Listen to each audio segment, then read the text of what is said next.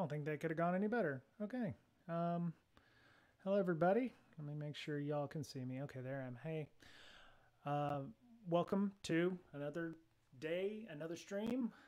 We're we have a bit of a change of plans. My mentee, said that he was not feeling well. He's actually going to go to the doctor. Has a bit of a fever. Don't know what it is, if it's cold related or what have you. So I told him, I want him to be the best person he can be on the first time that he ever comes on our show. And if he's not feeling well or feeling feverish or, not at his 100% best, I, want to make sure that he takes care of himself first. So we are going to press on because there's a lot of stuff that we can do inside of TryHackMe. We are potentially going to go through some of the junior pen tester stuff. There are a number of exercises in there that we can do to talk about some of the background before you actually get to pen testing. And there's a couple of exercises we can do, in just general basic understanding of browser stuff. And, and of course, if somebody is on and is wanting to try something else, maybe they're not ready for the junior pen tester level yet. Maybe they're still ready for pre-security or something like that. Or the complete beginner. There might be some reasons why, you'd like to go through some of those. If anybody is interested in doing those, we can definitely go through those. I have no issues, backtracking a little bit and maybe talking about, cybersecurity basics or network basics and weaknesses if that appeals to people. So this exercise, this session is for you. So any chat that might be in, any person in chat looking to talk about that or their experiences, please feel free to hit them up. I'd like to thank, so we've had a number of followers in the last 24 hours. IPPSec, who, of course, does the awesome tutorials for Hack the Box on YouTube.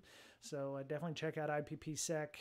His channel has been on for a while, so go check that out if you're interested in seeing the walkthroughs of recently retired Hack the Box instances that are there. So hashtag cyber, that's a friend of the show, the BreakSec podcast, and the board vice president of our IEF, the InfoSec Education Foundation. That's Matt Domko.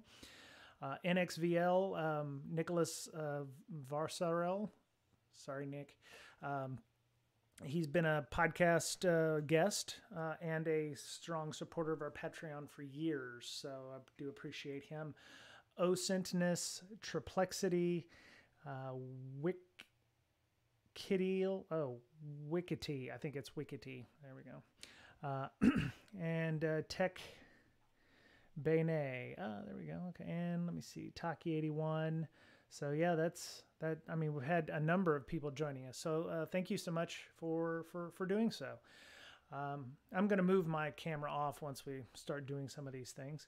But if you have an idea on something you'd like to work on here, I mean, TryHackMe is, I mean, they're no slouch. So they've got a lot of good and interesting information on here. They've got several modules. As we talked about yesterday, introduction to web hacking. There'll be Metasploit modules. I will preface Metasploit by saying that a lot of pen testers don't use Metasploit except, for certain things. So, I mean, you can learn these things like Nmap and, it's pretty ubiquitous. I think a lot of people tend to use Nmap, Burp Suite if you're doing web app stuff. Metasploit, it's like, okay, once you understand what Metasploit is about, I don't know a lot of people who use it. I am not the entire industry. So there may be some people that swear by it, especially I think the paid version also allows you to do additional things. I've never actually had the paid version. The reason a lot of people like Kali Linux was it was one of the first Linuxes that supported, there you go, IPPSec, boom, there you go. IPPSec uses it all the time. I apologize, sir. The people that I used to work with didn't use it. So it kind of runs hot or cold. Either you do use it or people are like, yeah, I don't use it. So, it is what it is. And, yeah, so we're going to talk a little bit about that. So thanks, IPP. All right. So let's go ahead and get started here. Oh, I have a little disclaimer. So I've actually gone through some of these first, some of the things like walking through an application, introduction to pen testing was some of the ones that we went through. I'll probably start with pen testing fundamentals, but there are some questions in each one of these modules on how to, there'll be some questions you read and then you'll answer them. So anybody here following along with me on the exercises? Thumbs up in the chat or what have you.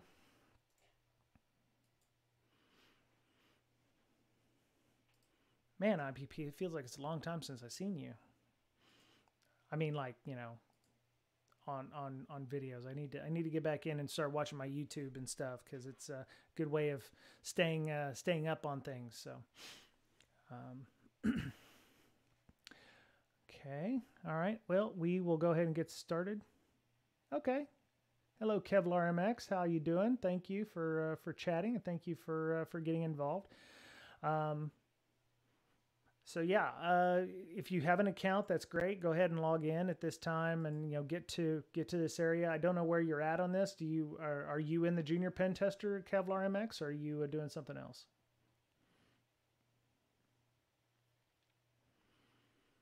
Oh, that reminds me. I promised. Okay. All right. So let me see. Oh, by the way, I'm going to put this up first so those of you see it. Okay, spoiler alert, spoiler alert. The clicking you hear is me doing this. I didn't have it animated. So it says spoiler alert, you've been warned. There will be spoilers after this, so if you are following along after the stream is over, if you don't want to know the answers before you see these things, you might want to, I don't know, kick off somewhere else or something for a little bit. But there will be spoilers. The answers to some of these things will be in the reading and in the text boxes. And so just to give everybody an update on that. So, all right. So, one of the first things they like to do is, wow, that's fancy. Wish I had a deck like that. Anyway. Reminds me of Shadowrun with the deckers and all that with the fancy graphics. So they say before you teach the technical hands-on aspects, you'll need to understand more about a pen tester's responsibilities and processes followed in performing pen tests. That's pretty much de rigueur. You need to know what you can and can't do. And Kevlar, if you have any questions, please feel free to put them in chat. There are no stupid questions. There are no stupid answers. Well, I may give stupid answers, but there are no stupid questions. So feel free to ask questions when you get to this. So they say, according to Security Magazine, there are 2,200 cyber attacks every day. One attack every 39 seconds.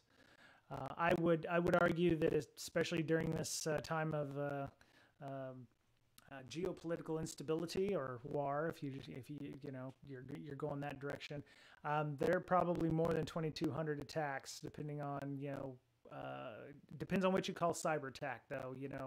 Some people consider just scanning with Shodan or what have you. So let me put that link in the notes here, copy for everybody so they can follow along. That's the article they referenced there. I don't know how old that article is, but all right. So we got this one. This was a freebie. Done. No answer needed. There's quite, no answer needed. That one didn't need an answer. All right. So, so the battle of legality and ethics in cybersecurity, let alone pen testing, is always controversial. There are some people that actually take exception to being called a hacker, or the fact that the term hacker has been watered down, if you will, by the media and Hollywood. You have people who connect to or feel sympathy with somebody like Mr. Robot, but Chris Pine and Black Hat maybe not so much. And then of course there's the ancient movie that most of you probably haven't seen, Hackers, that way back in the day, way back in the day. that is enjoyed a cult following by many in the infosec community. So yes, it does, Cybergladius. I'm not a fan of that term either, the cracker. How about just curious person? There you go, curious person. Yeah. Kevlar. In fact, I've been playing a game called Night 4 Team on Steam, which is pretty good. And about TryHackMe, I just did the intro. Awesome. Okay, cool.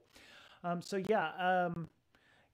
other thing is, I think we need to maybe update some of our hat categories here. They talk about, I don't know if you work at a company, but there has been kind of them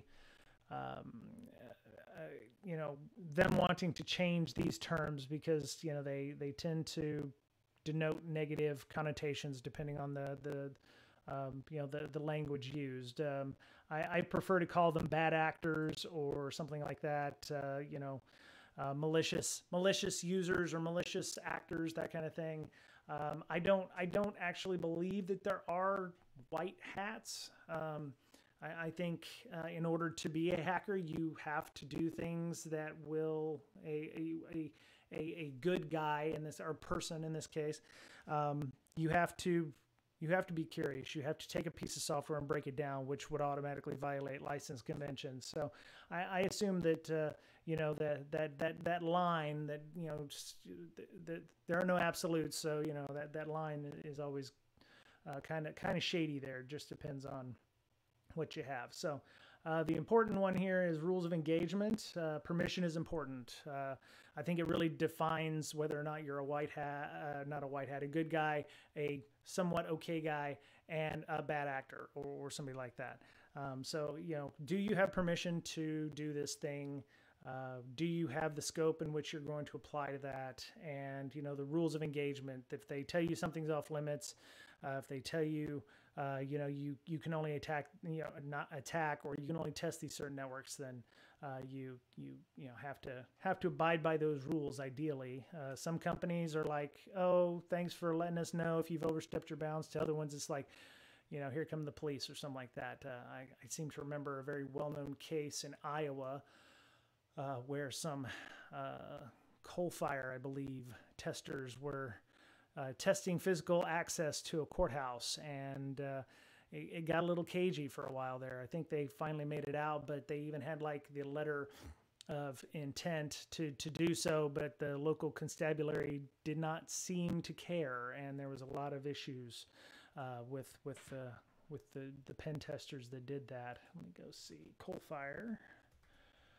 Pen testers arrested. There you go. Thank you, Google. The long-lasting consequences of coal fire's Iowa pen test fiasco. Yeah, Cyberscoop. There you go. Close this ad. Dink. There we go. Yeah. So this was a pretty interesting story. I mean, this one's from 2020, but I believe it actually is even earlier than that. The original event, I think, happened. Yeah. Okay. So it was 2020. Wow. Seems like it was long ago than that. So, Guy DeMercurio and Justin Wynn. Okay. Yeah. There you go. So, interesting stories there. Where, sometimes even your letter of engagement or letter of the letter to get you out of jail or the get out of jail free card is not always going to protect you. So it's just something to think about, especially in a physical pen test. So, all right. So there were some questions in this one. You were given permission to perform a security audit. What type of hacker would you be? Right. You would be a white hat in this case. You attack an organization and steal their data. What type of hacker would you be? You'd be a black hat.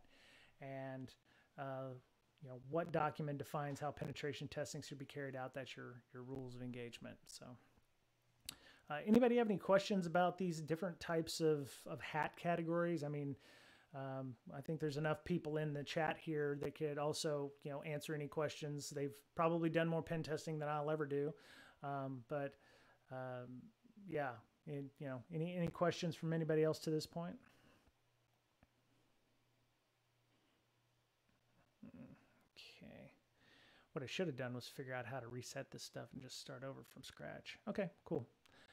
Let me see if I can Let me see. Let me go back here real quick and see if there's a way that I can just reset this. I don't think you can.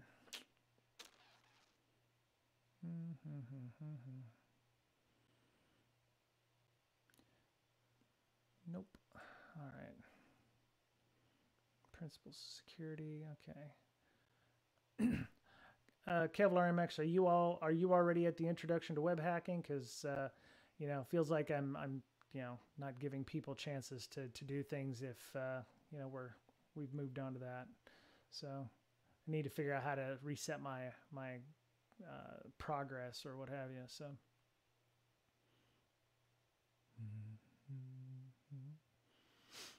okay. Oh, sorry.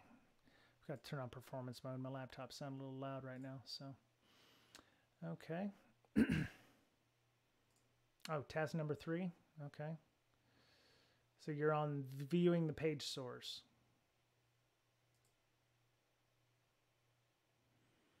So you're definitely a hacker if you're down doing task number 3 here, because as I had mentioned, I think yesterday, state of Missouri was trying to prosecute somebody who basically went F12 and was viewing the source on websites. So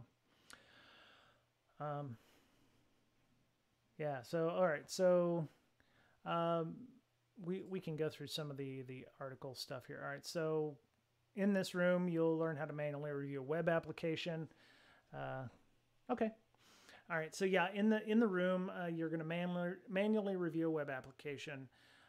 When I was going through my web app pen testing course with Kevin Johnson, who we've had on the show a number of times, talking about web application security and just testing things, he was quick to tell people you need to pretty much click every link on the site. You need to, you know, make sure you go through and, you know, something like Burp or what have you, to go through, map and walk through the website, the application, to understand how it works, what's the expected outcome of doing something or the actions in place. So if you click a link and it does this, you know, that's expected. That's the expected behavior. What you're trying to do when you're doing the pen tests is to make it do something that is not intended.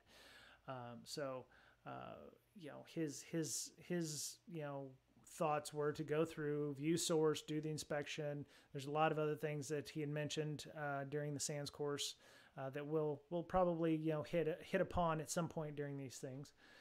But yeah. It's good thing, good way to start in terms of pen testing, to be methodical. You may find dead links. You may find, you know, URLs that have, like, you know, a to or a, you know, /temp, you know, forward temp or something, you know, something that may make you think, well, okay, the website doesn't show this, but this URL makes me think that you know, if I remove this, it may actually show me something else. So you may actually get to see, like, the old version of the website, which may have vulnerabilities on it, versus the new site, which is -new or something like that. Or you may find it, you know, with a URL parameter with a number in it, and you're like, oh, what if I change this from, you know, 001 to 002? Am I going to find vulnerabilities there? Can I view those? You know, can I view whatever 002 is? Should I be able to review what 002 is? So sometimes just walking through the application, you can often find vulnerabilities, you know, in terms of that. Or like when you view source, sorry, I was thinking of a story about viewing source, but you know, if you've ever viewed source on a website that you may work at or something, sometimes developers will put in comments saying, hey, you know, this is completely messed up, don't use this, or you know, this will be fixed, you know, don't add a 0 here because it'll crash the system, something like that. I'm not saying I've seen anything like that before, but yeah, sometimes you'll find the developers want to document, and we should ask them to document, but not in comments on a website.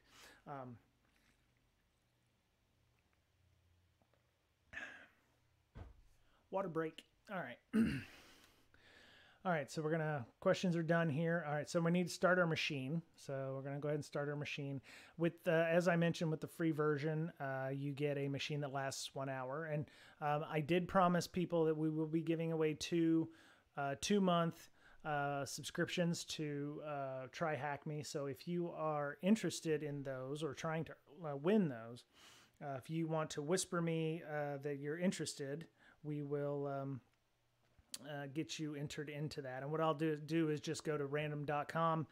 I'll give you all a number or something, and then we'll, set you up with that. And if you win, you'll have to trust me to give out your email address so that I can send the voucher to you. So we'll be using, let me see, so purchase subscriptions.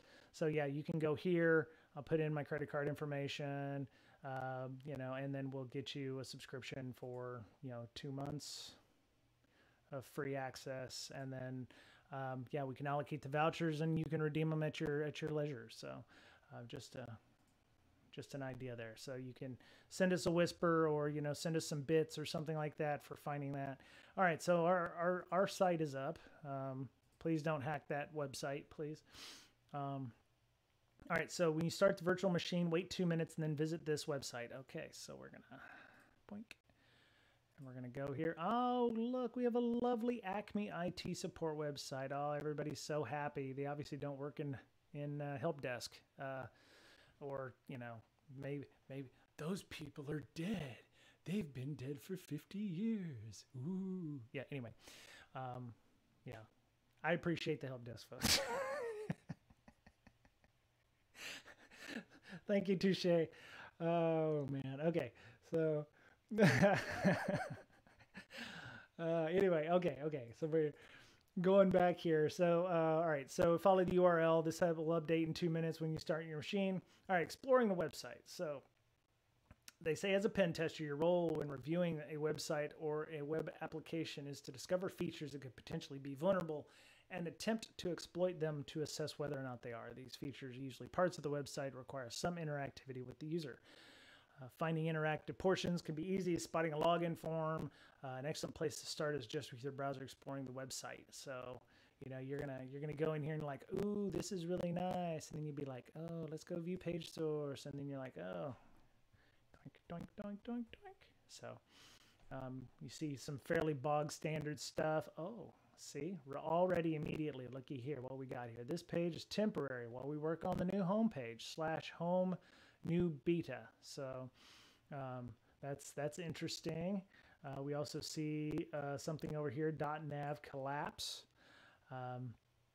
We also see a staff.png file. So if you click on that, it's just the picture of our lovely help desk people. That's nice. That's nice. Okay, so all right, and so they talk. Oh, looky here, we got a URL link here. If you go back to, oh, interesting. Okay, so the secret page, if you see it down in the bottom corner of my browser window here, you see the URL address and then secret page, but there's, see, there you go. So at some point, so the one thing we should remember is when we're looking for flags, they're going to be any specific format. So TryHackMe is going to be THM, and then with curly brackets with a value inside. They're going to want the entire thing from THM, curly brackets, to closed brackets. So you need to have the whole thing in there, and they have asterisks to kind of give you an idea of how long the flag is going to be. And whatever, so it'll be THM, and then usually they have like a little thing, so you'll know it's always THM something. But yeah, you're gonna, what was that? Okay, you're gonna go here to Acme IT support. Nothing happens. You're gonna go to news. Oh, here's some awesome news. Okay, okay. Oh, I get to find out about this. Here's some of that. Okay, that looks boring. So I'm gonna go back to news team member. Excellent. Gemma, yay, Gemma. She's been working in IT support for 5 years. All right, she loves her some domain controllers and network security. That's awesome. Congratulations to her. It is International Women's Day, so hello and happy International Women's Day to all of our ladies and ladies out there that are celebrating that or are being recognized for that. Thank you for your contributions and appreciate your efforts and keep on keeping on. So All right, let me see. Sometimes you can run over the text real quick to make sure you're not, finding any weird links or anything like that. Okay, nothing there. All right, go to contact.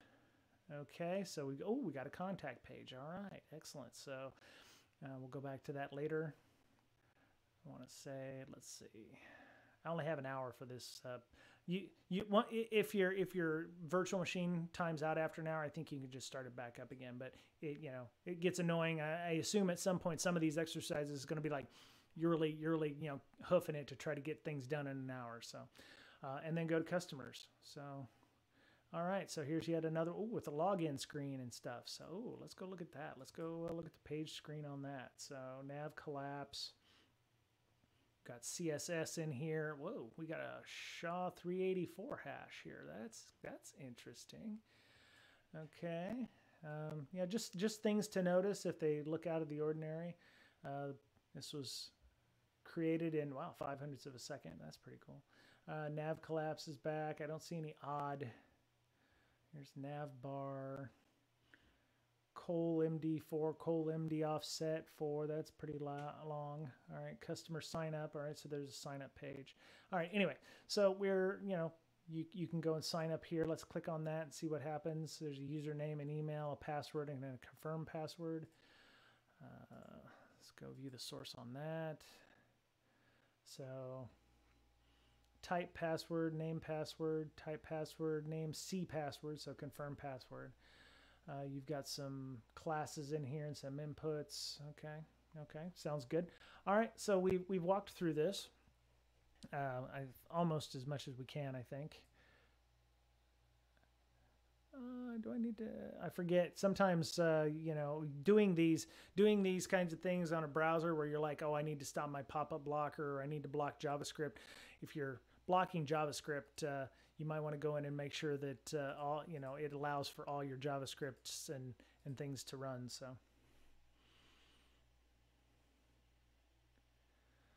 awesome. Yeah, thanks for coming. Whoa. Okay. Sorry, I have old eyes. So Mola. Okay. I apologize if I've hurt your name. Yeah, but I'm glad you could make it. First time chatter. That's awesome. The red team. Yeah, we'll be talking about red team stuff in the future. I have specific thoughts on that, and I'm sure people who are watching along with Sarah. Hey, Sarah. Hey. Sorry, didn't know Sarah, but yeah, thanks for joining us. Red teams are great. I think you have to have different mindsets and stuff for some of these things. But yeah, I know a lot of awesome people who do red teaming. So let me double check what this is. Okay. Okay, so we're gonna go back.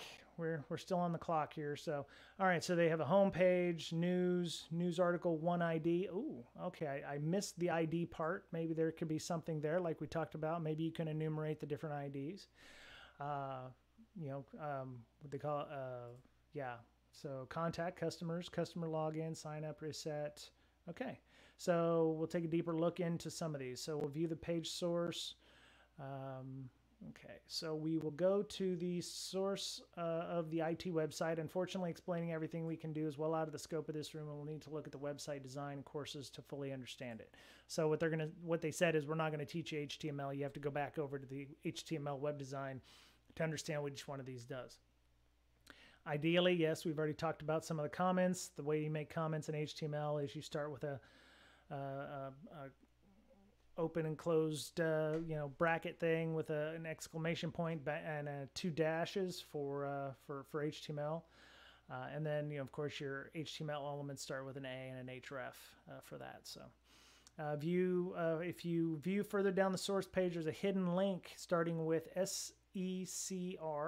All right, so let's go back to the home page and take a look at that. View page source. Okay. And Control F, SECR. There you go. Okay. So we already saw that, the href, the secret page. So They said, yeah, view this link to get another flag. Obviously, you wouldn't get a flag in a real world situation, but you may discover some private area used by the business for storing company, staff, or customer information. So I will let you do that. If anybody is needing to follow up on that, we can do that. But so it said, what is the flag from the HTML comment? Let me see where it say that. HTML comment. Oh, home new beta. Okay, so we go Control C and go. Oh, I forgot the little slashy bits here. So there you go. Comments are dangerous. So you can pretty much you can copy paste that into your doc there or into your bit and get your other flag. They say, what is the flag from the secret link? Let's go back to the secret link, which is the 2. We already found that one earlier. I clicked on it and stumbled on that. So secret is not a secret anymore. These will get harder. I walked through this a couple weeks ago when I was trying to make sure that I was I didn't want this to be too easy with AJ. AJ's already gone through a lot of this, so we'll probably just talk through a lot of the first bits here, but we'll have some homework for folks to make sure that everybody's ready to go for the next bits. All right. So let me see, what's the next one? Directory listing flag. Okay, so many websites these days aren't made from scratch and use what's called a framework. I remember those halcyon days of making my own web pages.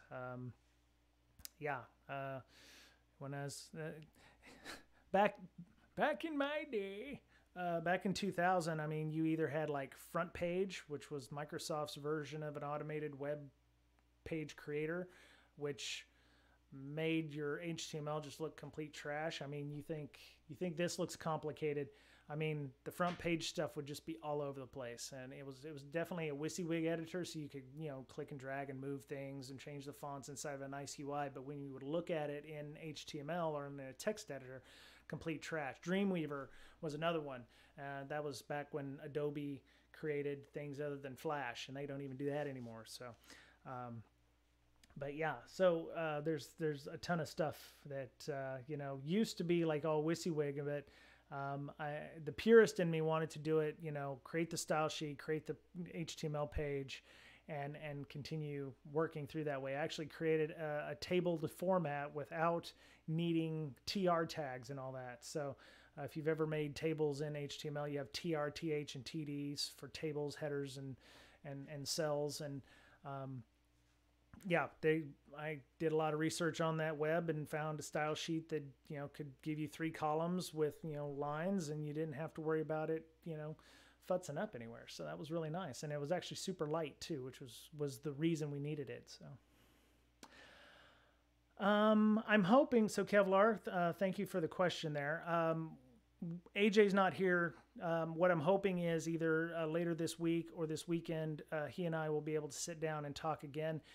We'll definitely put it in the schedule on Twitch, if we're going to go through TryHackMe again, so that way everybody can understand what the events are that are going to be happening. But ideally, I'm hoping that he'll be better before like Thursday or Friday, so that way we can sit down on like a Saturday or something and go through this and maybe get a little further than we're going to today. So I hope that answers your question. And of course, if you miss a session, these are recorded and they'll be put up on our YouTube channel eventually. But these will be available on Twitch for 14 days if you miss a session or something like that. So hope that answers your question. All right. So let me see where to. Cool. Yeah, no problems. Viewing the page source gives us clues into whether a framework is used, and if so, which framework, even what version. Knowing the framework and version can be powerful. That's right. Frameworks like WordPress, for instance. If they're running an old version of WordPress, there are vulnerabilities in the usually not WordPress core, but like in the plugins, they might use like a calendar plugin or, you know, a form, contact form plugin or something like that. So you might end up finding vulnerabilities on plugins that they have in their site. It's been a while since WordPress core actually had a vulnerability, I believe, but I could be wrong. If you can find something, then yeah, please let me know. But usually when WordPress has a vulnerability in its core libraries, it does tend to, you know, garner a little bit of attention. So, all right, viewing the website framework's website, you'll see our website is in fact out of date. Oh, okay, so we're not patching. Okay, so all right, so we scroll down to the bottom here. Looks like, all right, let's go try this site. Copy and Control V, done. Oh yeah, look at that. Current version, yeah. If I remember correctly, this was the one that kind of got me because I forgot how I got that. So keep your software updated. How did I get that? Directory listing flag, pre-made code, then is, oh, that's right. Okay. You'll notice these files are stored in the same directory. If you view this directory with your browser, there's a configuration error. Okay, so let's go click on Assets. Okay, so you strip off the PNG. There you go. There we go. All right. Oh, and there you go. There's flag.txt. There you go. Ding. So yeah, you can go to Assets, flag.txt, and see that. So you grab that one for the directory structure and invalid directory permissions. And what is your framework flag? Okay, so how did I get the framework one? 1.2, TryHackMe. Back it up here. That is not what I wanted. There we go. Current version 1.3. Change log. Home. No. Documentation. Once you've installed the framework, you can log in with user and password admin.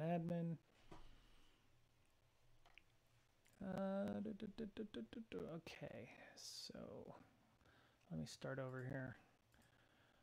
Okay, viewing the page source. Knowing the framework and version can be powerful. The website might not be using the most up-to-date version. At the bottom of the page, you'll find a comment about that. Yeah, viewing the flag website, you'll see our website is in fact out of date. Read the update notice and use the information you find to discover another flag. Okay, all right. All right.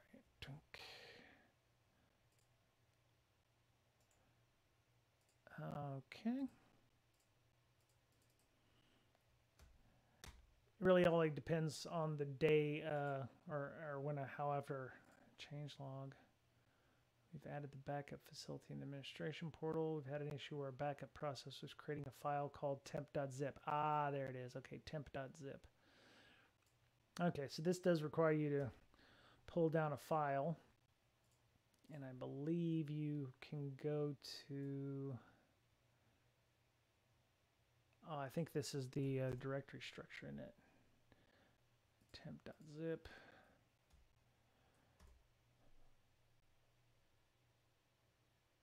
Did I get it? Nope, I did not get temp.zip. Temp.zip. Oh, wait. There we go. Try that. Nope. Okay, what am I doing wrong? This is why you take notes. All right, home.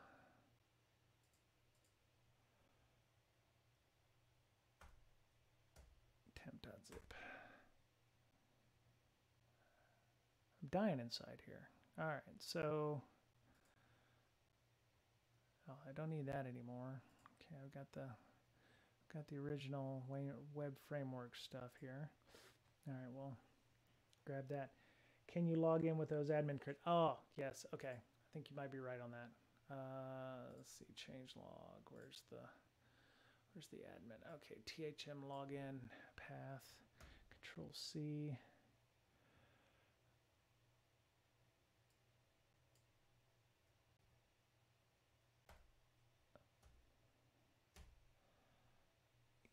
Okay.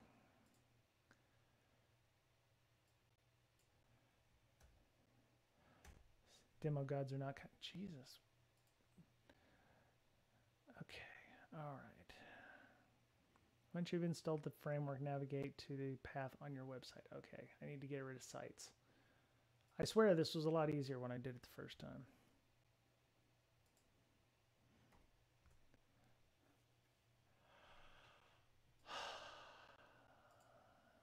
Okay.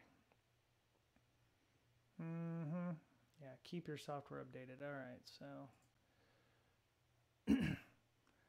thank you, Osentness. You know, some of you are probably yelling at me. It's like, what the hell's going on? Customers. Oh, let's see. Admin. Nope. Okay.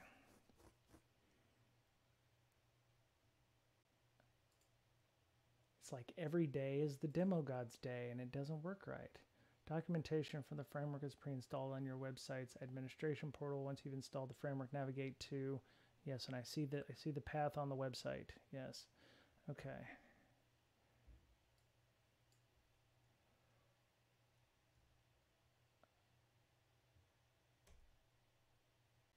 What am I doing wrong? Okay. I think I actually, okay, yeah, let me, I think it might be worth it just turn off ad blocker just in case. All right. Home. Where the hell is the login portal?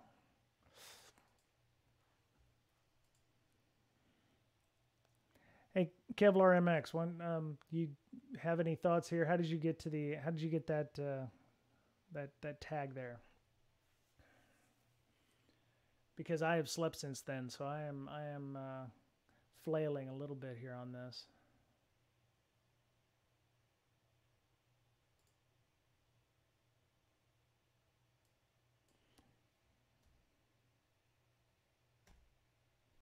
Yep, there we go. Okay, that's what I did. My bad. All right, so you have to go to the top level website and then put in THM login framework. So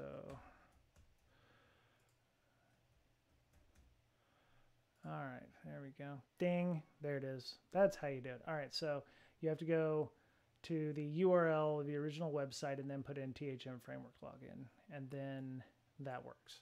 So if you ever go to a conference and people try to do demos when people are talking, and then it doesn't work, and then you feel that weird nervousness and anxiety, or like, oh my God, I should have done a short video to show how the demo worked ahead of time.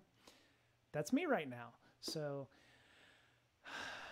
okay, so that took all of a lot of time here. So all right, so these are the four flags in that, and then we're going to the inspector side here. So developer tools. Okay, this is the Uber hacker tool that somebody in Missouri used to gain access to a bunch of teachers' website credentials and PII. Not credentials, but PII on a teacher retirement website in the state of Missouri. So bad enough that the governor apparently did not realize how this works and threatened to jail the media person for disclosing it. It got patched, but then ran the story about it, and he was like, "How dare you? You're evil. You're a hacksaw." And yeah, so I think just a week or two ago, news came out that the prosecutor, the attorneys general, or whoever was looking at the case, said, yeah, we don't have a case here. We're not going to go ahead and prosecute that. So cooler heads prevailed. Smarter heads prevailed. So yeah. Developer tools. This actually, I'm old enough to remember when Developer Tools was a plugin that you could install in Firefox. And it was supposed to be like the Uber tool that you could use, and now it's standard issue that comes with every version of Firefox and pretty much every other browser. So it aids web developers in debugging the applications, gives you a peek under the hood of the website, see what's going on. You can leverage these tools to provide a much better understanding of the web application, independent of other tools. So you can actually look at the web requests. You can see what's going on underneath them. And you know, hello Pastry Death. Hey, howdy. Thanks for joining. Way. So yeah, opening developer tools is different for every browser. If you're not sure how to access it, click the View Site button on the top right of this task to get instructions on how to do it for your browser. So in Firefox, you open up your little hamburger menu and then go down to Web Developer and then Web Developer Tools. Chrome, you go to More Tools. You can see they're using you know, Linux desktop here. Developer Tools, okay. Or actually they're using a Mac, I think. So Safari, if you're using Safari, you will go to Develop, Show Web Inspector. So they call it something different because, you know, they're Apple. Edge, More Tools, Developer Tools, or you can just hit the F12. That's where everybody's making the joke. F12 is now the hacker button of choice. You know, and then of course Internet Explorer, if you're still using IE6 because you have to, they called it F12 Developer Tools. So there you go. I'm assuming in about a year or two they're going to get rid of this little tab because technically Internet Explorer shouldn't be used anymore. I could definitely see you continuing to use Internet Explorer if you work in an organization that can't upgrade to Edge, or maybe Internet Explorer will give you an error or do something different than Edge or those other browsers because it's running on older technology with a different rendering engine. So you might find different vulnerabilities or different rendering things that might actually help you find vulnerabilities in your web apps by using one or more of these browsers. So might be good to look at. And of course, every browser I think that can do plugins has the ability to go in and change things like user agent strings, or impersonating different browsers. So you could go in and say your Safari is actually a Chrome browser, or your Edge is actually a Chrome browser. Wait, it is. Or earlier versions. So Chrome 79 or Chrome 35, or your Firefox is now IE7 or something like that. So anyway, so we're going to go down to More Tools and Open Developer Tools. Doink. So there you go. I think it's a matter of personal preference here. If you, let me see, can I close that? So, how do you close that? Okay, so you know how you're old because you can't close a browser window.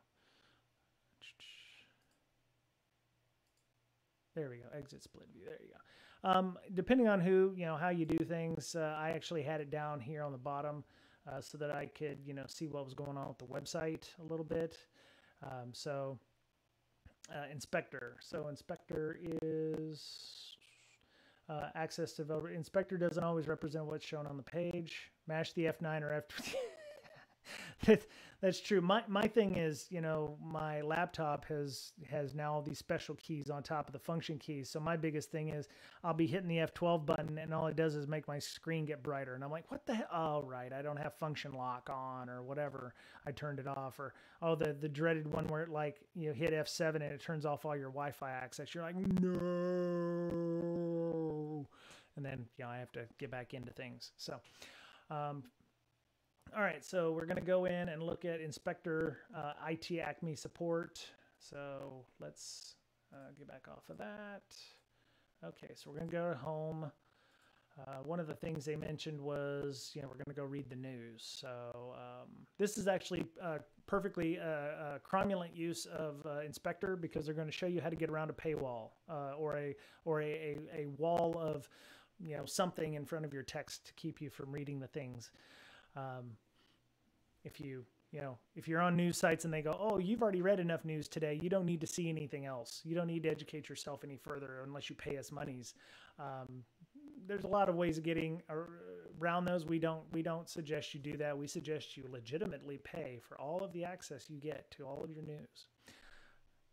Hello, Touche. What's up?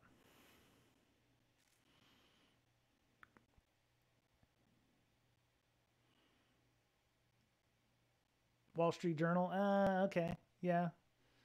When I'm day trading with my eCoin gold stuff, NFTs. Oh, hey. Okay. All right. No worries. All right. So we're going to go to 3 tips to keeping your printer working. So let's go to the news over here. No, I said news. There we go. All right, let me make this a little less janky here. All right, so we're gonna go three things to keep your printer working. All right, so this is for our premium customers. No, so we go contact us, and it takes us the contact form. So we go back here. Three tips to keep. Sorry, this is for only premium customers only. No, so let me close this down here because we don't need that one so much. But all right, so I'll go over here, inspector. All right, so that's the inspector. It's called usually it's called Elements. It looks like Elements is what comes up over here. So I will scroll this out. If you're yelling at me that you normally put it up here in the right hand corner and kind of split your screen, I apologize.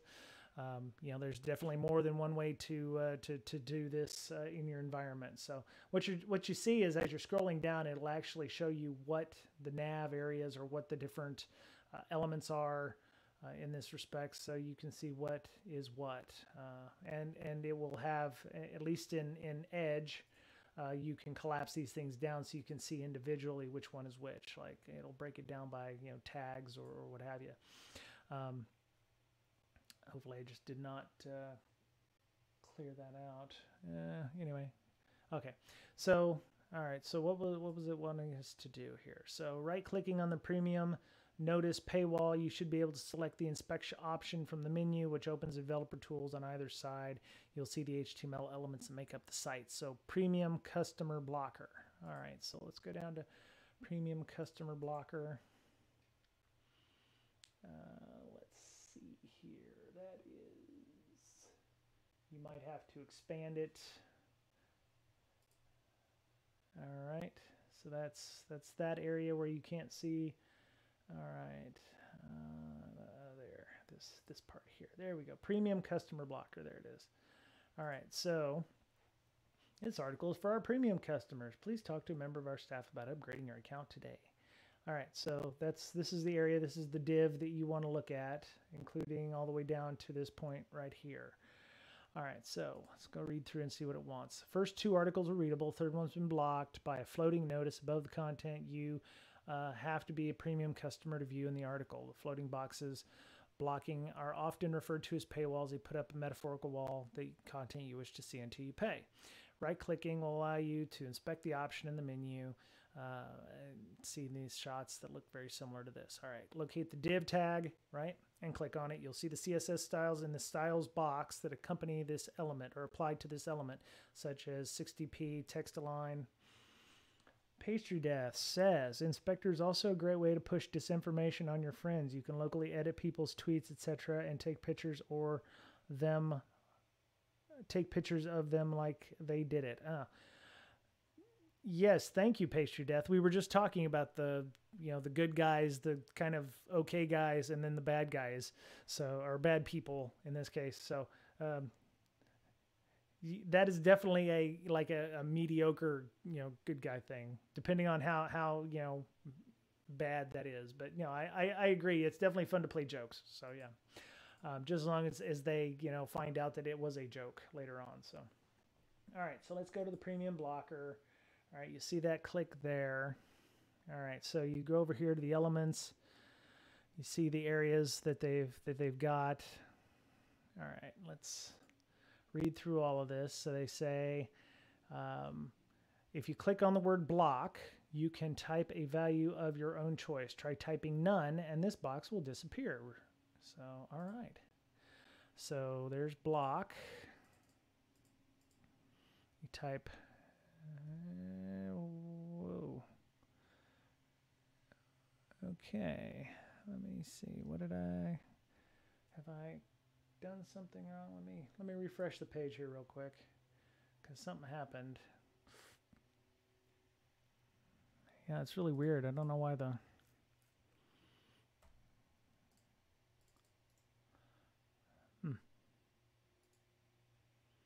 It's funny how this site kind of teaches you web development backwards.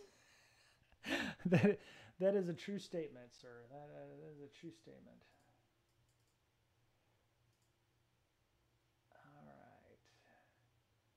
So we're going to learn about breaks later too. So Okay, so I kind of went janky with this. So you can also right click on this and just block element or hide element. So there is one thing you will learn in these CTFs or these lessons is there's more than one way to do something. So if you know what you're doing, or in my case you don't know what you're doing, you can go in and hide element, and then it will automatically block out everything having to do with that div tag and that customer blocker and allow you to see what is hidden. So there's your flag behind that. So, but yeah, don't ever assume that there's just one way of doing something until, you know, there are examples of that. But, you know, when I learned it, when I was learning Python, when I was learning Ruby and them from Learn Python and Learn Ruby the hard way, the first thing they were like is there's no one way of always doing something unless, you know, there's the way that everybody does it, which means you go to Stack Overflow and copy paste. But so yeah, there's your flag, TM not so hidden. So you can go down here to your div tag, at least an edge. Now for each one of you, you will have to go down here to this display tag, which I don't know why it's blocked out on mine. But yeah, you go down here, you highlight this. Let me see if I can make this super big here. For those of us that have ocular degeneration. So this display block bit, you can change it to none. I don't know why it's hidden or blocked out here. Let me re-enable. There we go. Okay, but it didn't change anything. It's still X'd out, so I'm not sure why. So the way I fixed it was I right clicked and blocked the element from occurring. But when I did this the first time by just typing N or getting rid of the word block, it unblocked that. So that is a way to do that. So but yeah, so that's how you do it. You can either right click, hide element, and then you get your flag or what have you. So TM not so hidden, done. You can always click your hints. Don't be afraid to click your hints. You know, people use the hints all the time, so feel free to do so. Debugger. The panel in the debugger tools is intended for debugging JavaScript, and again is an excellent feature for web developers wanting to work out why something might not be working. For pen testers, it gives the option of digging deep into the code. In Firefox and Safari, this feature is called Debugger, but in Chrome, it's called Sources. Okay. On the IT support website, click on the contact page. Each time the page is loaded, you might notice a rapid flash of red on the screen.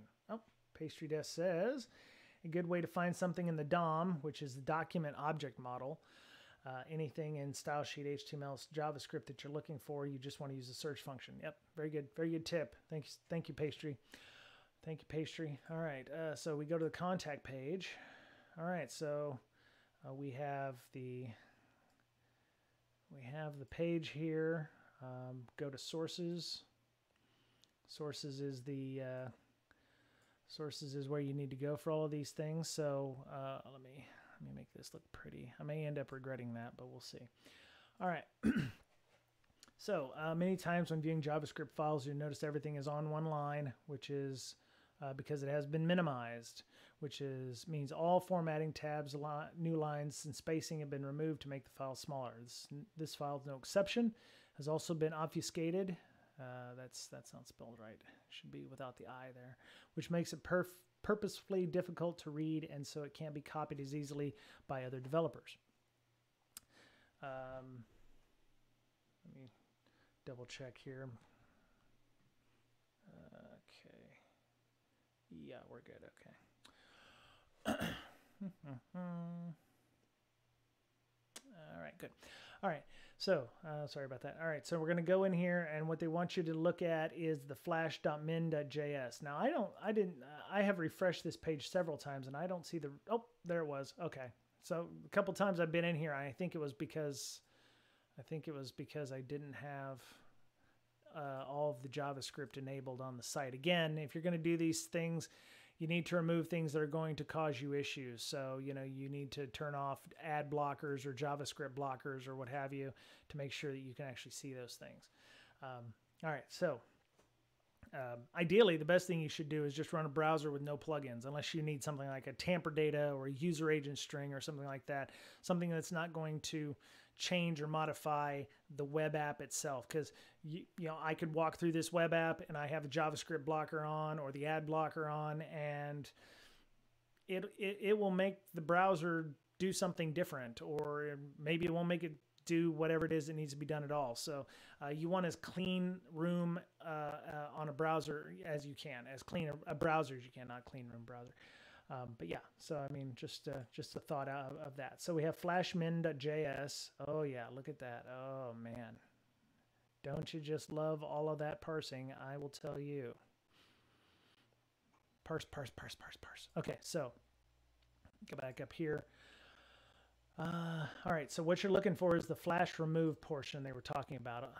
So what happens is, you know, the page loads, it runs all that bits. There's a document. There's a that red, you know, the red formatting there under the contact us that pops up real quick, and then it says flash remove. So it sets the timeout for like super quick. So X0, X5, so it's a couple seconds. So what you want to do is, they talk about breakpoints. So what you're going to do is you have to stop it from executing the JavaScript at a certain point, and by doing so, we'll show you what you need to do.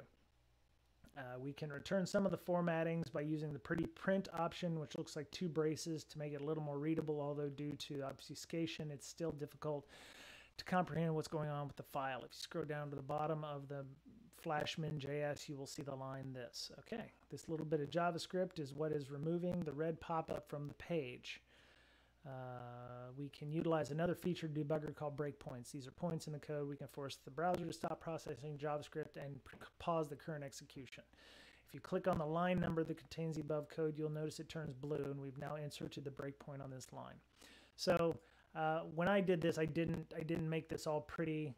I actually didn't know how to make it all pretty like that. So I was trying to figure out how to make it, you know, word wrap or whatever inside the browser here. But you can go down to breakpoints, and I think does it tell you how to do that? Yeah. See, I didn't click on any of the lines. I just clicked on areas in the doc. Like, let's see, I think you can like right click and then set a pause. So you can go, let me see, where would I put that?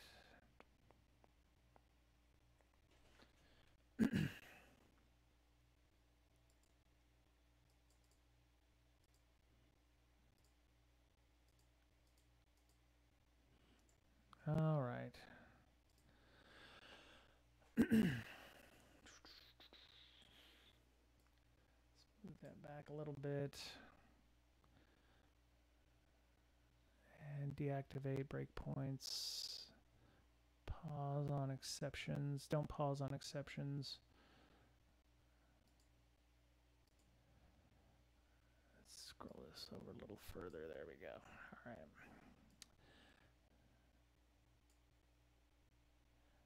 All right, right click.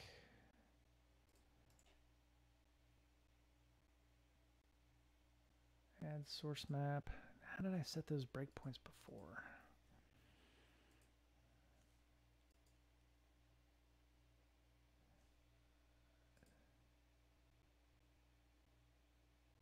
Okay, so debugger paused. Okay, all right. Somehow I set the breakpoints because obviously it wouldn't let me do it. So what it's doing now is it's going through each one of these. I must have put it at the very beginning of this. So you'll walk through the function calls. It's going to pop through.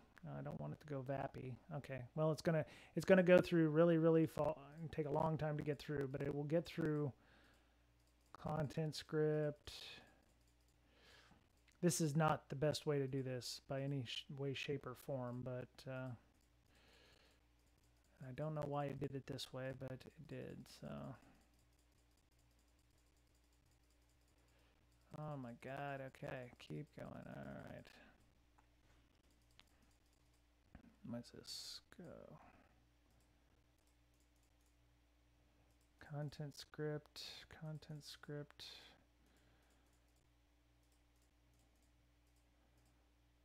Okay, what did I do wrong then? This is not what I wanted. All right.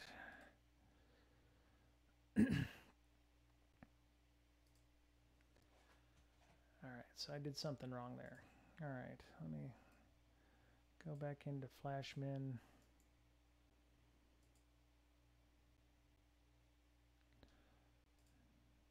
All right, so let me see. We can return some of the. All right, so how many times? There's no exception to this. I don't have a pretty print function. I don't know what they're talking about with this. So, does anybody have any thoughts on this? The pretty print function? Because when I did it the last time, it was easy. I clicked on something, and then it was like, oh, wait, I have the pause thing back. Let me. The brackets at the bottom. Oh my God, O Sentinus. Oh, you are my hero. Okay, all right. Oh my goodness. Okay, so there we go. So, bully, excellent. All right. Yeah. So there you go. Now with that in place, and this little blue arrow here will say, okay, when you get to this point, stop. You can actually put as many as you want in here. So you just have to remove them when you're done by clicking on them. Did they put a, oh, duh, okay. Reading comprehension, got to read the whole thing, So it won't be the last time that happens with me, and I hope y'all will be patient. But all right, so now we refresh the page. There you go. So when it got to the flash part, it stopped, and that is the code right there. THM, catch me if you can. Now, some of these, it's not easy to get that. You're going to actually have to fat finger this one in. But THM, curly brace, catch underscore me underscore if underscore you underscore can. So there you go. But yeah, so that was a long, painful way of doing this. But we learned a way to not do it. So thank you, Touche. Appreciate that. Yeah. To be honest, junior pen tester actually taught me something. I did not do a lot of web app pen testing growing up in my career, so this was somewhat new. I would just throw a bunch of stuff into Burp sometimes. So I actually learned something doing this one, which is why it took me so long again to do it again. So catch me if you can. Boom, done. Okay. All right, developer network. All right, so the network tab on developer tools can be used to keep track of every external request a web page makes. Which is kind of cool. Actually, I had been using this one for a long time because I would like to listen to internet radio sometimes, and a lot of times, in what way, Pastry? It said, how is the flag being displayed? Well, right now it's in a red box, but you can't like highlight it and copy paste. So if you go past it, the only thing that happens is, oh, what kind of element is it? Oh, I see what you're talking about. Okay. Let me see. So I would imagine, let's see. There we go. Yeah, I guess if you had, you wanted to go down through and look through all of these. Let's see. Panel heading, get in contact. Yeah, I wonder if it would have been possible for you to see the catch me if you can inside of here and not needed to go. Oh, there it is right there. All right. So you can also go back down here, and looks like you can, there you go. You can copy and then paste that. Let me see if it allows you to copy. Yeah. Okay. So yeah, you can go back to elements, pull down the div tags to where the TM catch me if you can is. And then you just highlight that text right there, copy, and then paste it into your browser. So otherwise you could just fat finger it in. So, but yeah. Thank you, Pastry. Appreciate that. Okay, so developer tools. Yeah, so network. What it'll do is it'll show you all of the requests that are being made. Every external request a web page makes. And when I discovered this, I was like, oh, because I used to have to download this tool that would analyze the PCAP files to figure out what the URL was. I was trying to take an embedded stream from an internet radio station and to be able to open it in like FFmpeg or VLC for recording those online. This was, I don't know, 7-8 years ago. It was like a regular radio show back when I listened to terrestrial radio. And, you found, that every web request that was made, oh, well, here's the, HTTP, or here's the RTSP that it would make, the request out.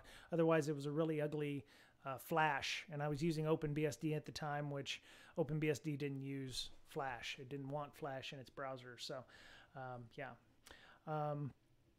Anyway, so I found the Developer Tools Network tab, and it was a really nice way of figuring out what requests are being made by the server. This could also be a good way of inspecting what loads from the web page when you load the web page. So you might see things like, it's going out to googlefonts.com or something like that and pulling down the open source fonts. It might also reach out to, maybe somebody is like, oh, why is it making a call out to blah? Or maybe it's a metrics thing. So Google Analytics is going to be huge.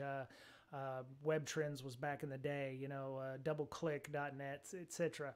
I might make those out there saying, hey, this IP address looked at this site, or might be sending metrics or telemetry that way too. So, all right, so try doing this on the contact page. You can press the trash can icon to delete the list if it gets a bit overpopulated. Okay, so we're going to go to the contact page, which we're still on.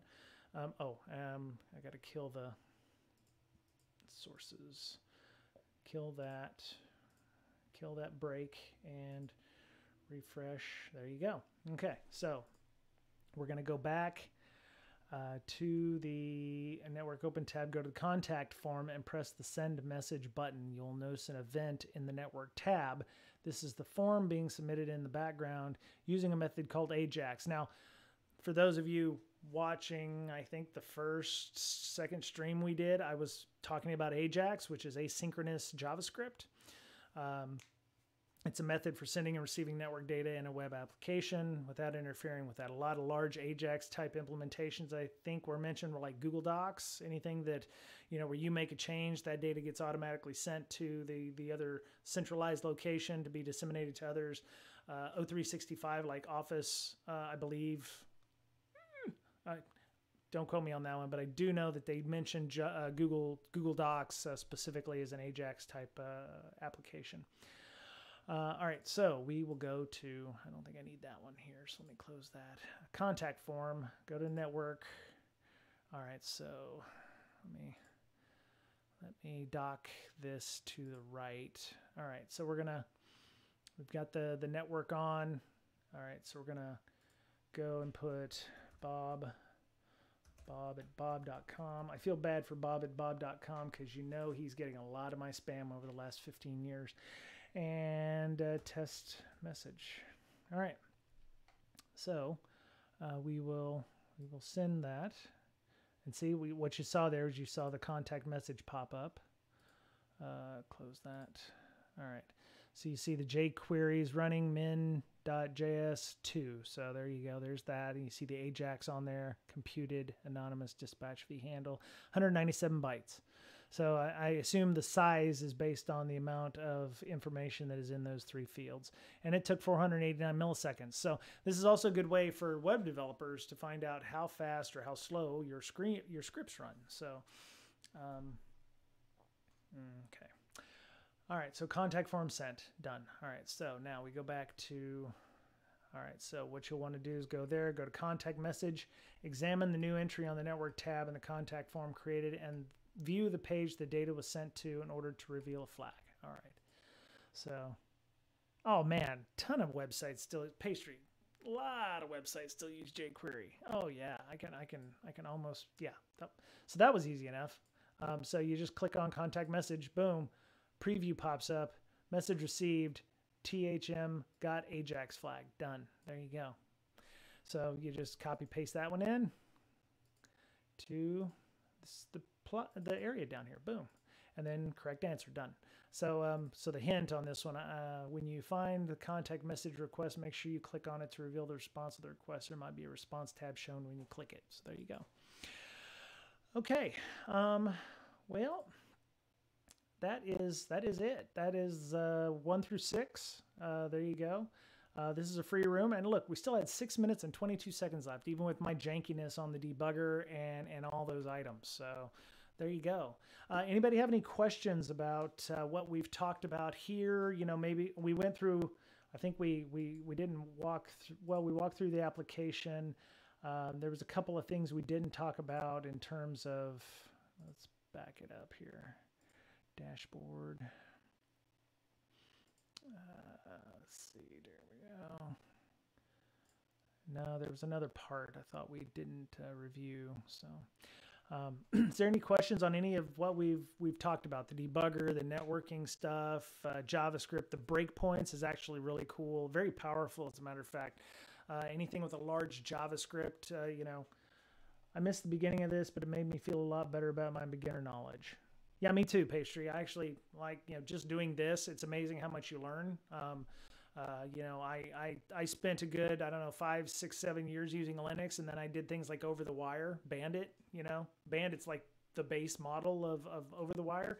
I learned things in that. I didn't, you know, I learned about like strings and stuff like that because I'd never done a lot of reverse engineering.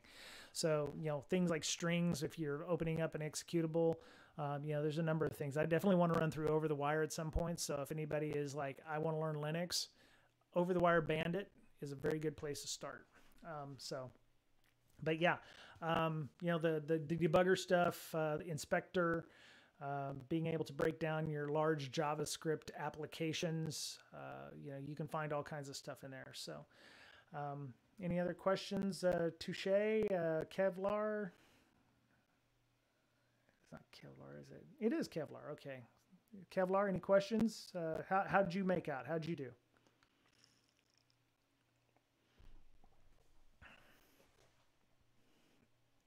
What we got? What do we got next? Let's see here.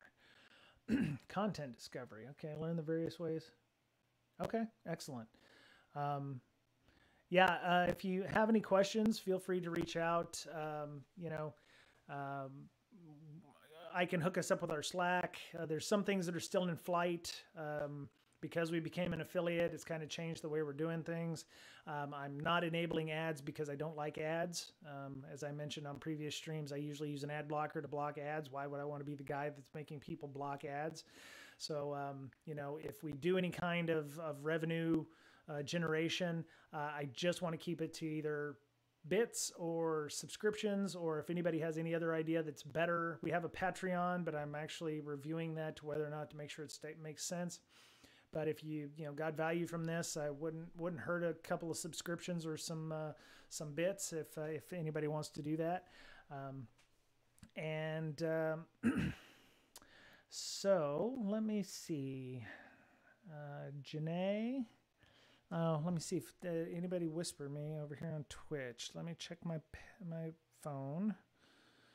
Okay, let's see. Oh, okay, Kira's on. Cool, good for her. Glad she's feeling better. Friends whispers. Okay, so send me a whisper if you want to be added to the raffle for 2 months of free premium access to TryHackMe. You know, I'll be taking those for the next 5 minutes or so, and then what I'll do is I'll just go over to random.org and I will take the top 5 or how many ever people, give y'all a number, and then we'll make the decision there. So. Cool. All right. I want to hold off on content discovery because I do believe that AJ has finished walking the application. I want to see what he's done with content discovery. Ideally, we want to make sure that we kind of stay on par with one another on this, and you know that both of us are actually learning. So I'm learning this too. I actually went through this. I'm probably going to count this as part of my SysP stuff. So you know, it is what it is. So this is funny. Ars Technica is using some, I want to say it's fairly sensational news. They're saying this is the most high severity of vulnerability in years. They're calling it dirty pipe. So a pipe is a pipe command. In this case is a way of taking some input from one command and sending it out to another. It's very popular in Linux. It's very popular in a lot of different applications. Oh no, pipe Unix. There we go. All right. Piping in Linux and Unix. All right, so here's a good description. It's called a redirector. So doink, doink, doink. All right, pipe is a form of redirection. So what you'll do is you'll take a command. So like that's pretty much the first one you ever learn. ls-l-more. The more command is a paginator or paginator. You know, if you've got 100,000 files in your directory structure, it will pause at the bottom of the page so that here's the yes, you can just go bite me. Yeah, so the idea is, you know, you'll see it one screen at a time, and it controls the access to the system. So yeah, so the idea is, and you know, I was talking to some of my friends who are on the red team at my work. They said that you know, there's actually you still need local access on the box. It's a local privesc, so you actually have to have a foothold on the box already, because they did mention that. Let me see. Dirty Pipe as a vulnerability has been named among Linux threats been disclosed since 2016. Easy to exploit Linux flaw named Dirty Cow. That was another one that came out that was fairly big. I wonder if they named it Dirty Pipe just so that the media would latch onto it. This is, you know, a ton of stuff. But yeah, Dirty Cow, you could root any Android phone regardless of OS version. So the idea is, it's a Linux mechanism for one OS to send data to one another. According to this, they said other researchers, the Max Kellerman of CM4All parent company Ionos, figured out how to weaponize the vulnerability to allow anyone with an account, including nobody, which is the least privileged Linux account. Nobody should actually be logging in. Nobody. No one should be logging into the nobody account, but they were actually able to do with the nobody account. So you have to have a foothold on the box. You can add an SSH key to a root user account.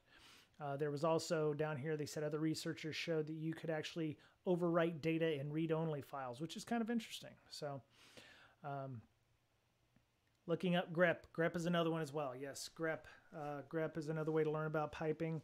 The find command, I think, is also another one.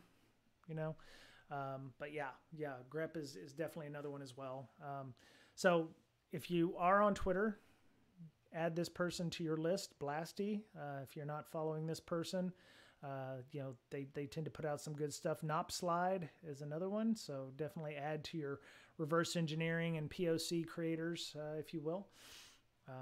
But yeah, so you can do a ton of different things with it. So right here, somebody was able to overwrite or create an SSH key that would allow somebody to log in or modify an SUID, which is a binary in Linux that runs as a user. So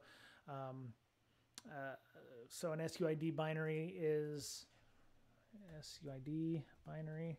This will be something, if you go through the over-the-wire bandit, they talk about SUIDs. But it's a good way of doing local privilege or Linux privilege escalations.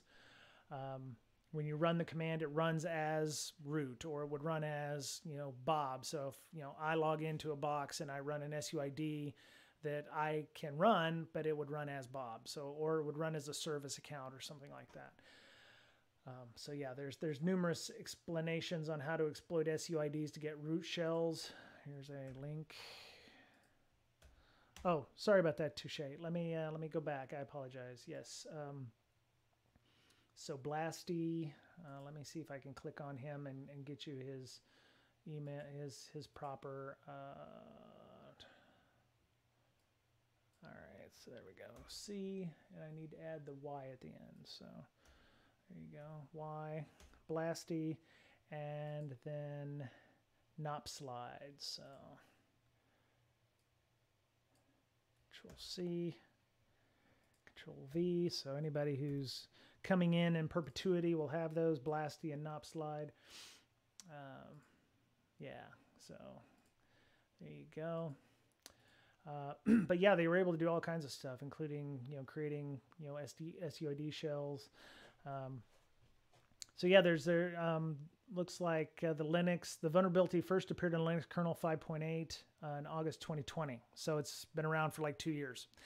And if you have a Linux kernel earlier than that, there might be a lot of embedded systems out there still running like 2.6 or 2.8 kernels or something like that. So the funny thing about some of these older kernels that are in embedded systems is the vulnerability probably wasn't introduced until after, so, the vulnerability wasn't in the older kernels.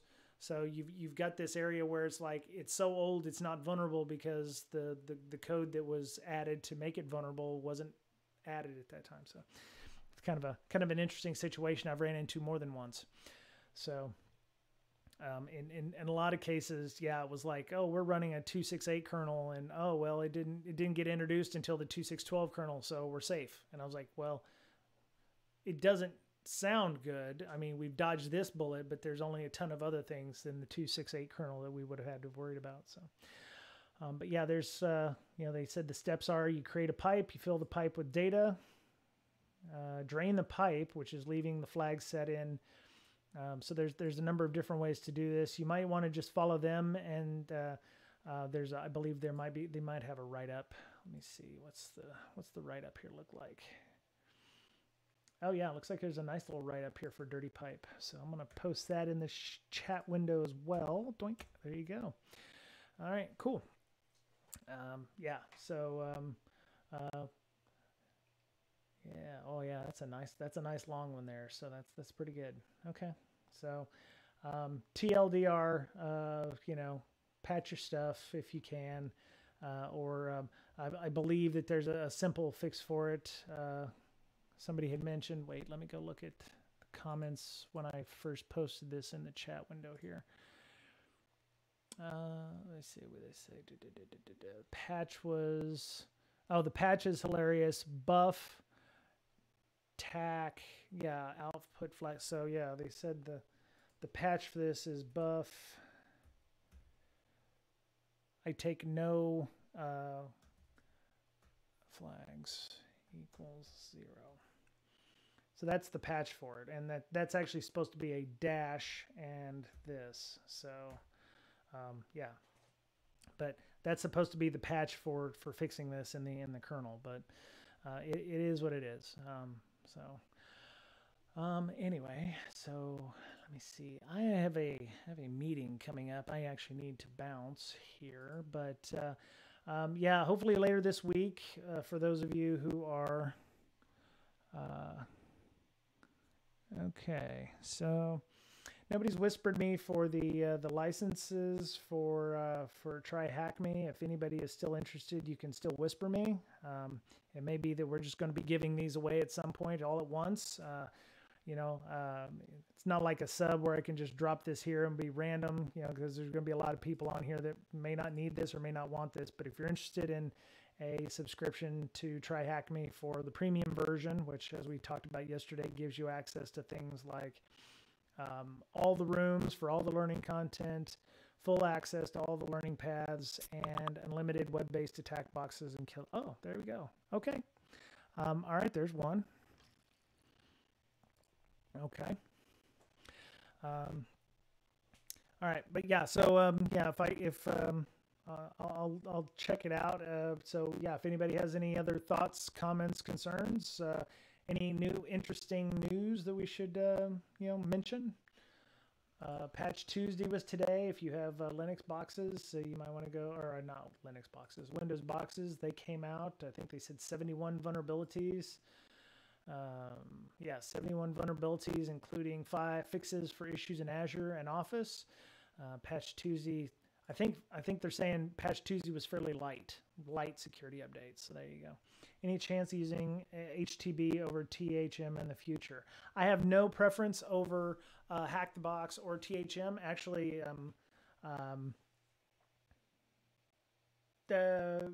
yes, Jamal Charles. Jamal Charles, Chiefs fan. I'm a Chargers fan. Sorry.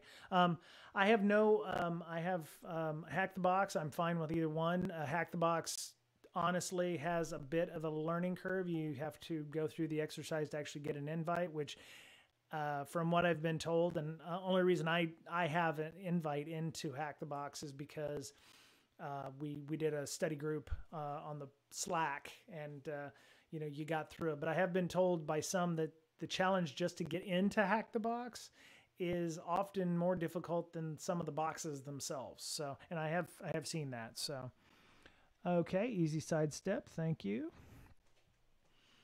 Oh, they dropped that. Okay, so that shows you how long ago it's been since I've actually been there.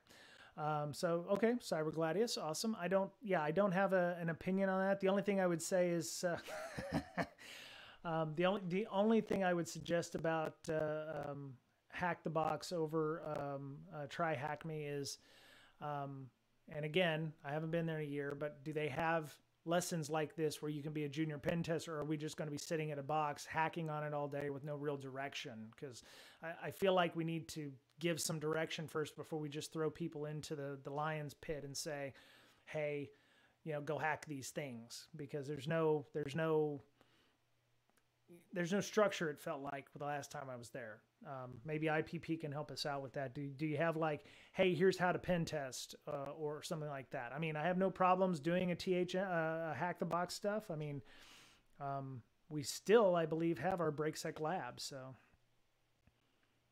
okay. You know what? I will go check that out. Osintness and Gladius. I think both of them are excellent. Okay.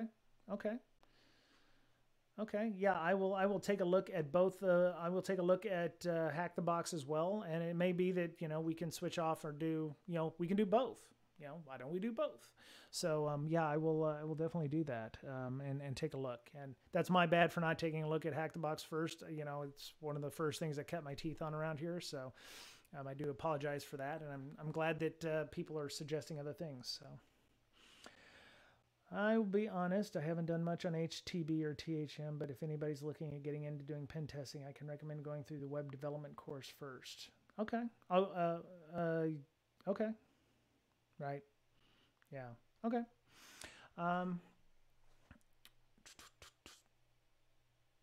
Oh, I see. Okay. Well, the funny thing is here, I've gotten 2 people who have reached out to me independently before the end of this stream to get a THM subscription. So I'm going to send one to Easy Sidestep and Latrunda. So Black Girls Hack. Hey, Latrunda, there you go. So those are the 2 people because they were the first 2 people to say something. So I haven't heard any more. We have 3 more that we can give out. So if people haven't had a chance to check that out, we will do so. But I will definitely send Latrunda hers, and Easy Sidestep. Whisper me your email, and I'll make sure that you get those as well. So, yeah, no problem. All right, am I late for my meeting? I wouldn't say I was late, Bob. Anyway, no. Yeah, I think that's it. Yeah, I do appreciate everybody for coming. I will definitely take a look at Hack the Box and see what. Very cool. Thank you. And if anybody has any other thoughts about what we should go for, I'll be here tomorrow. Hopefully same bat time, same bat channel. But yeah, we'll go through some news and some other items. So hope everybody can join us. So.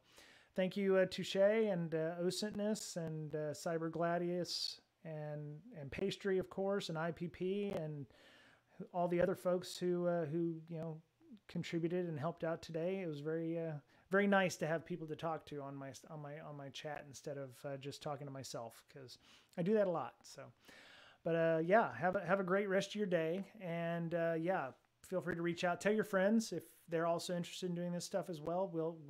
The more the merrier. So yeah, there you go. All right, cool. Everyone have a great rest of your day, and we'll talk soon.